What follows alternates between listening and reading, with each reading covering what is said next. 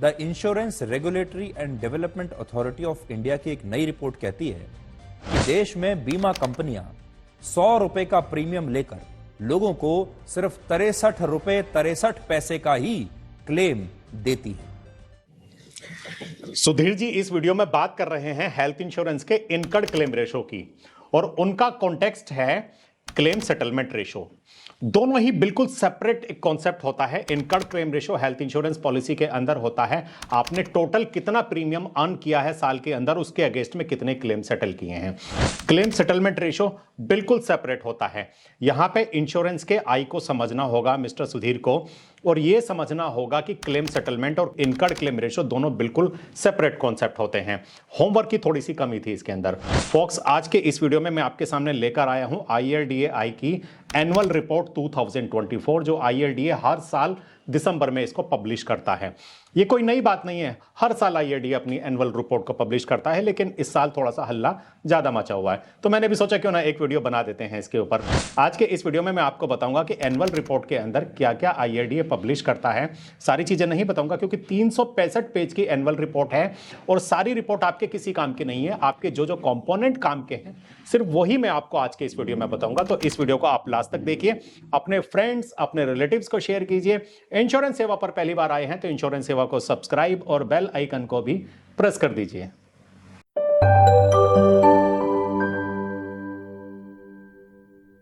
हमारे देश के मीडिया को न्यूज चैनल पे हल्ला मचाने से पहले इंश्योरेंस के कॉन्सेप्ट को समझना होगा कि इनकर्ड क्लेम रेशो और क्लेम सेटलमेंट रेशो के बीच में डिफरेंस क्या होता है। इंश्योरेंस के आई को समझना बहुत जरूरी है। इनकर्ड क्लेम रेशो क्या होता है? हेल्थ इंश्योरेंस कंपनी के अंदर इंश्योरेंस कंपनी के पास साल के अंदर जितना प्रीमियम आया है उसके अगेंस्ट में उतने क्लेम कितने सेटल किए हैं, इसको कहते हैं इनकर्ड क्लेम रेशो। और इनकर्ड क्लेम रेशो का मतलब ये बिल्कुल भी नहीं है कि इंश्योरेंस कंपनियां क्लेम सेटल नहीं कर रही हैं या कम क्लेम सेटल कर रही हैं। क्लेम सेटलमेंट रेशो बिल्कुल डिफरेंट है। आपके पास नंबर ऑफ क्लेम्स कितने आए हैं और उसके अगेंस्ट में आपने कितने क्लेम सेटल कर दिए हैं, वो क्लेम सेटलमेंट रेशो होता है। आपके पास 100 क्लेम आए, आपने 90 सेटल किए तो आपका क्लेम सेटलमेंट रेशो 90% होगा। और क्लेम सेटलमेंट रेशो भी 2 पॉइंट पर आपको डिस्कस करना होगा। सबसे पहले नंबर ऑफ क्लेम्स और फिर अमाउंट ऑफ क्लेम, यानी कि कितने रुपीस के क्लेम आए और उसके अगेंस्ट में आपने कितने रुपीस के सेटल किए। ये आपका इनकर्ड क्लेम रेशो हिट कर सकता है। आप कितना प्रीमियम अर्न कर रहे हैं इसके भी बहुत सारे फैक्टर हैं। आपने इनकर्ड क्लेम रेशो का कम होने के पीछे भी बहुत सारे फैक्टर हैं, जैसे कि हो सकता है कि इस साल आपने बहुत ज्यादा प्रीमियम इंक्रीज कर दिए हो अपनी पॉलिसीज के, तो भी आपका इनकर्ड क्लेम रेशो कम हो सकता है। जब आप प्रीमियम इंक्रीज करेंगे और क्लेम ऑलमोस्ट उतने ही हैं तो आपका इनकर्ड क्लेम रेशो कम हो जाना ही है। इसमें इसका मतलब यह नहीं है कि इंश्योरेंस कंपनी ने क्लेम सेटल करने कम कर दिए हैं या इंश्योरेंस कंपनी की अप्रोच कस्टमर सेंट्रिक नहीं है। तो यहां पर क्लेम सेटलमेंट रेशो को और इनकर्ड क्लेम रेशो को समझना बहुत जरूरी है। दूसरी बात आती है कि IRDA अपनी एनुअल रिपोर्ट में सिर्फ और सिर्फ इनकर्ड क्लेम रेशो ही पब्लिश करता है, claim settlement ratio IRDA publish नहीं करता है। तो बात करते हैं कि इनकर्ड क्लेम रेशो इस साल यानी कि बीते हुए साल में 23-24 में इंश्योरेंस कंपनियों की परफॉर्मेंस इनकर्ड क्लेम रेशो के हिसाब से कैसी रही है। तो सबसे पहले हम बात करते हैं, मेरे सामने एक ये लिस्ट आ गई है।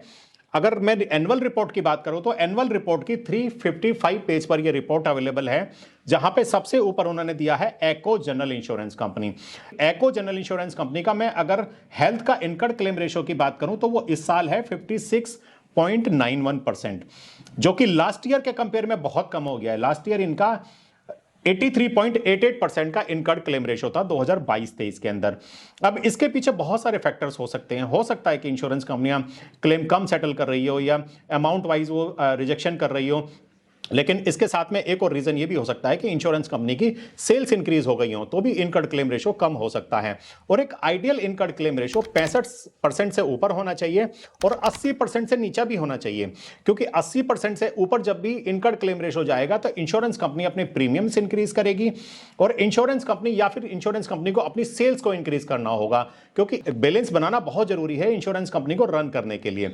दूसरे नंबर बात आती है Bajaj Allianz general insurance company. इनके इनकर्ड क्लेम रेशो की बात करूं तो इस साल है इनका 84.96%, ऑलमोस्ट 85%। बहुत अच्छा इनकर्ड क्लेम रेशो है, थोड़ा सा हायर साइड पे है लेकिन अच्छा माना जाएगा। लास्ट ईयर इनका इनकर्ड क्लेम रेशो था 74.27%, वहां से इन्होंने ऑलमोस्ट 10% का जंप लिया है।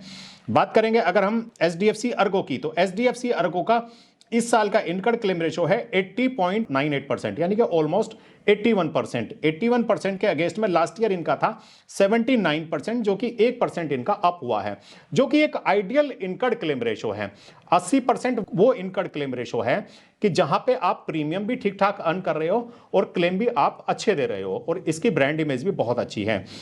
दूसरे नंबर पर मैं बात करूंगा आईसीआईसीआई लोम्बार्ड की, जिनका इनकम क्लेम रेशो इस साल आएगा 78.85%, और लास्ट ईयर के अगेंस्ट में इनका भी 1% 1.5% के ऊपर इंक्रीमेंटल है। लास्ट ईयर इनका 77.33% था। यह भी बहुत अच्छा एक इनकम क्लेम रेशो माना जाएगा 78% का। आपने सारी चीजें बिल्कुल अच्छे से मैनेज की हुई हैं, आपकी सेल्स भी अच्छी हो रही हैं और आप क्लेम भी ठीक ठाक दे रहे हैं। इसके बाद हम बात करेंगे IFFCO Tokyo general insurance company की, जिनका इनकम क्लेम रेशो 107.46% है। लास्ट ईयर इनका यानी कि लास्ट फाइनेंशियल ईयर में 111% था। ये इनकम क्लेम रेशो बहुत ज्यादा है, लेकिन इसका मतलब यह नहीं है कि इंश्योरेंस कंपनी क्लेम बहुत अच्छे सेटल कर रही है। फोक्स इफको टोक्यो का अभी उतना मार्केट के अंदर प्रेजेंस नहीं है, उतने प्लान्स इनके सेल नहीं होते हैं, इस वजह से भी इनका इनकम क्लेम रेशो शूट कर सकता है। आपकी सेल्स तो कम हो रही है और क्लेम उतने के उतने ही हैं, तो आपका इनकम क्लेम रेशो शूट करेगा ही करेगा। इसका मतलब यह नहीं है कि ये बहुत अच्छे क्लेम सेटल कर रही है। सेकंड नंबर आता है लिबर्टी जनरल इंश्योरेंस कंपनी का, 79.92 है इनका करंट, और लास्ट ईयर था 74%। Magma SDI general insurance company बात करें, 87.46% इस साल होगा, 72% लास्ट ईयर था। उसके बाद हम बात करेंगे रिलायंस जनरल इंश्योरेंस कंपनी की, जिनका इनकम क्लेम रेशो की अगर हम बात करें तो 89.42% है। लास्ट ईयर 86% था, यानी कि इन्होंने 3% का इंक्रीमेंटल लिया है अपने इनकम क्लेम रेशो के अंदर। टाटा एआईजी की बात करते हैं तो टाटा एआईजी का इनकम क्लेम रेशो इस साल है 77.94%, और लास्ट ईयर यही था 78.33%, जो कि लास्ट ईयर के कंपेयर में 1% कम हो गया है। उसके बाद बात करेंगे यूनिवर्सल सोम्पो की, इनकम क्लेम रेशो है 105.76%, यानी कि ऑलमोस्ट 106%, और इसके अगेंस्ट में लास्ट ईयर इनका था 82.84%। अब इसका भी मतलब ये नहीं है कि ये बहुत ज्यादा क्लेम पे कर रहे हैं, इनका क्लेम सेटलमेंट रेशो बहुत अच्छा है। इसका मतलब साफ है कि यूनिवर्सल सोम्पो की सेल्स उतनी ज्यादा नहीं है जिसके कंपेयर में इनके क्लेम्स आ रहे हैं। आप सभी जानते हैं कितने लोगों ने यूनिवर्सल सोम्पो की हेल्थ इंश्योरेंस पॉलिसी परचेज की है। तो इनकम क्लेम रेशो कहीं भी ये इंडिकेट नहीं करता है कि आप कितने अच्छे क्लेम सेटल कर रहे हो। आप कितने अच्छे क्लेम सेटल कर रहे हो ये डिपेंड करेगा टोटली क्लेम सेटलमेंट रेशो से और आपके amount wise claim settlement ratio से। क्लेम सेटलमेंट रेशो आपका 99% है, ऐसा मान के चलते हैं, और अमाउंट वाइज अगर हम बात करें 10-10 हजार रुपए के तो आपने सारे क्लेम सेटल कर दिए, और 1 लाख रुपए का एक क्लेम आपने सेटल कर दिया, तो क्लेम सेटलमेंट रेशो तो हो गया आपका 99%।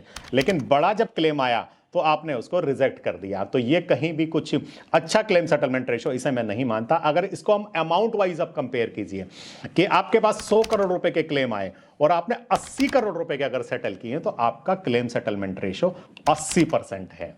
तो हमेशा amount wise claim settlement ratio भी देखना बहुत जरूरी है कि इंश्योरेंस कंपनी कहीं ऐसा तो नहीं कि बड़े क्लेम तो रिजेक्ट कर रही है और छोटे छोटे क्लेम सेटल कर रही है, अपना क्लेम सेटलमेंट रेशो को अच्छा दिखाने के लिए, इंक्रीज करने के लिए। बढ़ाते हैं इस वीडियो को और देखते हैं कि इनकम क्लेम रेशो की स्थिति क्या है। इसके बाद हम बात करेंगे, वैसे तो ये 21 इंश्योरेंस कंपनियां हैं, लेकिन मैं मेन इंश्योरेंस कंपनीज की ही बात कर रहा हूं क्योंकि जो इंश्योरेंस कंपनियां ज्यादा बिकती हैं मार्केट में, जिनकी प्रेजेंस है। अब बात करते हैं हम नेशनलाइज्ड इंश्योरेंस कंपनियों की, यानी कि सरकारी इंश्योरेंस कंपनियों का इनकम क्लेम रेशो क्या कहता है। 4 हमारे यहां नेशनलाइज्ड इंश्योरेंस कंपनियां हैं और चारों ही इंश्योरेंस कंपनियों का इनकम क्लेम रेशो 100 को क्रॉस कर रहा है, यानी कि जितना प्रीमियम आ रहा है उससे ज्यादा ये अपना क्लेम सेटल कर रहे हैं। अब इसका मतलब ये बिल्कुल भी नहीं है कि इनका क्लेम सेटलमेंट रेशो बहुत अच्छा है। फोक्स नेशनलाइज्ड इंश्योरेंस कंपनियों के पास अपडेटेड प्रोडक्ट्स नहीं है, प्लान्स नहीं है, वही पुराने प्लान्स इनके चले आ रहे हैं 20, 25, 30 सालों से। थोड़ा बहुत अपडेट्स आया है। और इंश्योरेंस कंपनियों के पास, अगर प्राइवेट इंश्योरेंस कंपनियों की बात करूं तो नए नए फीचर्स वाले प्लान आ गए हैं, अट्रैक्टिव फीचर्स हैं, अनलिमिटेड रिस्टोरेशन है, अनलिमिटेड समय छोड़े हैं, जो अभी नेशनलाइज कंपनियों के पास नहीं है। इस वजह से इनकी सेल काफी डिप हो गई है, काफी कम हो गई है, और इसकी वजह से क्लेम तो आने ही आने हैं। 25 साल से एक पॉलिसी चल रही है, क्या उसका क्लेम आप रोक सकते हैं? तो नहीं रोक सकते, तो क्लेम तो आएंगे ही आएंगे। जब क्लेम आएंगे तो आपका इनकम क्लेम रेशो तो शूट करना ही करना है। हिट करना ही करना है। तो बात करें नेशनल इंश्योरेंस की, तो नेशनल इंश्योरेंस का इस साल इनकर्ड क्लेम रेशो है 90.83%, ऑलमोस्ट 90%, और लास्ट ईयर ये था 102%, 13% का करीब करीब डिप है। उसके बाद न्यू इंडिया इंश्योरेंस की बात करें तो इनका इस साल का क्लेम सेटलमेंट रेशो है 105.8%, यानी कि 106% का ये क्लेम पे कर रहे हैं प्रीमियम के अगेंस्ट में। लास्ट ईयर 103% था, 2% का यहां पर हाइक है। ओरिएंटल की बात करें तो 130% लास्ट ईयर था इनका, और इस साल 101.96% है, यानी कि 102% के आसपास है।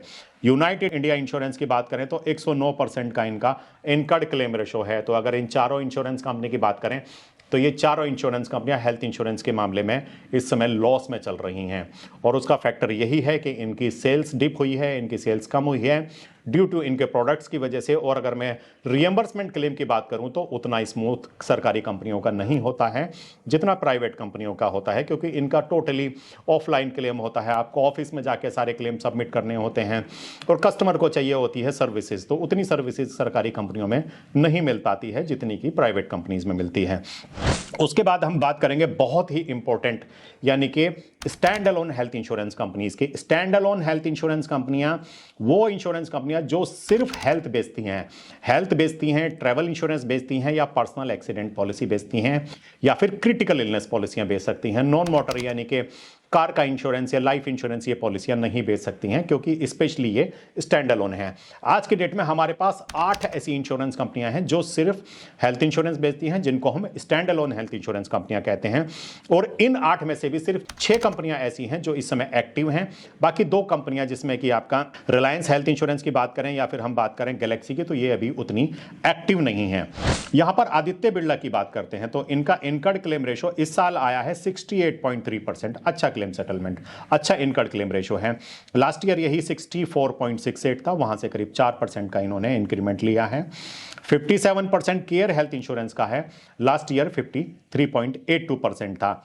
बात करते हैं हम मणिपाल सिग्ना की, तो मणिपाल सिग्ना का इनकर्ड क्लेम रेशो 63.78% अगेंस्ट 64.66%, यानी कि लास्ट ईयर से थोड़ा सा इनका इंक्रीमेंट हो गया है, बढ़ गया है।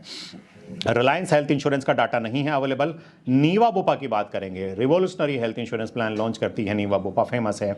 59%, बहुत डिप हो गया है, और लास्ट ईयर ये 54% था, यानी कि लास्ट ईयर से तो इंक्रीमेंट लिया है 5% का इन्होंने। अब इनका इनकर्ड क्लेम रेशो कम होने का रीजन क्या है? सबसे ज्यादा बिकने वाला प्लान है इनका रीएश्योर। रीएश्योर 2020 में अनलिमिटेड रिस्टोरेशन के साथ सबसे पहले लॉन्च हुआ था। अब इस प्लान को इतना बेचा गया, इतना एक्सेप्ट किया कस्टमर ने, कि इसमें क्लेम्स भी उतने ही ज्यादा आने हैं। जब क्लेम्स आए तो इंश्योरेंस कंपनी ने 2023 में पहले इसका प्रीमियम इंक्रीज किया 30 से 40% तक, और दोबारा 2024 में भी इसके प्रीमियम रिवाइज हुए, यानी कि ड्रास्टिकली 2 साल लगातार इस प्लान के प्रीमियम्स रिवाइज हुए। तो इनकर्ड क्लेम रेशो तो कम होना ही है। प्रीमियम आप इंक्रीज करते जा रहे हो तो आपकी प्रॉफिटेबिलिटी बढ़ेगी, और क्लेम्स आप ऑलमोस्ट उतने ही दे रहे हो या आपके पास उतने ही क्लेम्स आ रहे हैं अगेंस्ट में, तो आपकी प्रॉफिटेबिलिटी बढ़ सकती है। इसका मतलब ये बिल्कुल भी नहीं है कि नीवा बुपा क्लेम रिजेक्ट कर रही है या नीवा बुपा कस्टमर फ्रेंडली नहीं है, परसेंटेज वाइज इनका क्लेम कम हो गया है या फिर अमाउंट वाइज इनका क्लेम कम हो गया है। सिर्फ इनकर्ड क्लेम रेशो कम हुआ है, और इनकर्ड क्लेम रेशो प्रीमियम के अगेंस्ट में है, क्लेम के अगेंस्ट में नहीं है। नेक्स्ट बात करते हैं हम star health and allied insurance company की। इनका इनकर्ड क्लेम रेशो आज की डेट में आया है 66.47% अगेंस्ट में लास्ट ईयर इनका 65% का इनकर्ड क्लेम रेशो था। सो फोक्स, ये तो थे इनकर्ड क्लेम रेशो। मैंने आपको मेन इंश्योरेंस कंपनीज के इनकर्ड क्लेम रेशो बता दिए, जिनके हेल्थ इंश्योरेंस प्लान मार्केट में प्रेजेंस रखते हैं या मार्केट में पॉपुलर हैं, आप उनका हेल्थ इंश्योरेंस प्लान जनरली खरीद परचेज करते हैं। यहां पर मेरा फोकस मेनली हेल्थ इंश्योरेंस पर ही है, तो सॉल्वेंसी रेशो जानना इंश्योरेंस कंपनी का बहुत जरूरी है, क्योंकि जब आप हेल्थ इंश्योरेंस पॉलिसी परचेज करते हैं तो फंडामेंटल्स चेक करना इंश्योरेंस कंपनी के बहुत जरूरी है, ब्रांड इमेज चेक करना बहुत जरूरी है। तो यहां पर हम बात करेंगे सॉल्वेंसी रेशो की, जो कि IRDA के एनुअल रिपोर्ट 2024 के अकॉर्डिंग है। एको जनरल इंश्योरेंस सबसे ऊपर है, क्योंकि अल्फाबेटिकली इन्होंने दिया है। एको का सॉल्वेंसी रेशो मार्च 2024 में 1.89 है। सॉल्वेंसी रेशो को थोड़ा सा समझ लेते हैं कि आपके पास टोटल जितनी लायबिलिटीज हैं उसके अगेंस्ट में आपके पास एसेट्स और माल कितना है, यानी कि पैसा कितना है, इसको बोलते हैं सॉल्वेंसी रेशो। अगर मैं रेगुलेटरी की बात करूं तो रेगुलेटरी गाइडलाइन के अकॉर्डिंग एक इंश्योरेंस कंपनी के पास अपनी टोटल लायबिलिटी के अगेंस्ट में 1.5 का सॉल्वेंसी रेशो मैंडेटरी है। अगर 1.5 से सॉल्वेंसी रेशो कम होता है तो इंश्योरेंस कंपनियां इंश्योरेंस बेचने के लिए बैन कर देती हैं इंश्योरेंस कंपनियों को। तो एको का सॉल्वेंसी रेशो 1.89 है, जो कि अप टू द मार्क है, लेकिन ये ड्रास्टिकली कम हो रहा है। जून 23 में ये 2.24 था, सितंबर में ये 2.77 था, दिसंबर 2023 में ये 2.18 था, लेकिन अब मार्च में ये 1.89 हो गया है। उसके बाद बात करेंगे Bajaj Allianz general insurance company की। इनके पास माल बहुत है, 3.49%, यानी कि 100 रुपए की एक अगर इनके पास लाइबिलिटी है तो 349 रुपए इनके पास अवेलेबल है, ऑलमोस्ट 3.5 गुना पैसा इनके पास अवेलेबल है।